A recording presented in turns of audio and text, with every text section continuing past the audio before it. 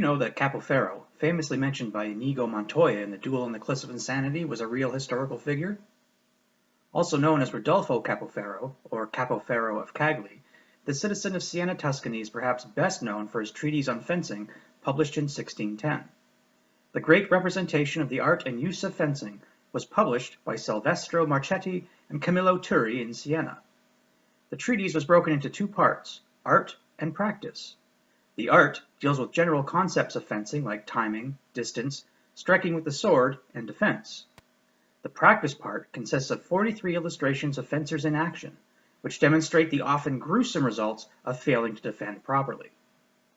This work, while containing some inner inconsistencies, would influence many for generations to come, with some modern scholars calling him the grandfather of modern fencing.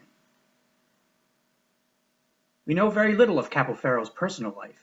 He is thought to be a master of the German nation, though he was born, lived in, and was published in the Italian peninsula. This may refer to him being dean of German students at the University of Siena, or a fencing master who taught German students. An ongoing point of contention among scholars and fencing enthusiasts is the size of the sword Capo Ferro would have used. Capo Ferro's suggested length, as translated by Wilson and Swanger, reads, "The purpose of the sword, which is to defend oneself in the said distance, is measured in its length. Therefore the sword has as much for its length as twice that of the arm, and as much as my extraordinary step, which length corresponds equally to that which is from the placement of my foot as far as it is beneath the armpit." The problem with this, of course, is that these measurements will vary from person to person. Also, is the measurement taken from the fencer at full height or in an on-guard stance illustrated in the manual?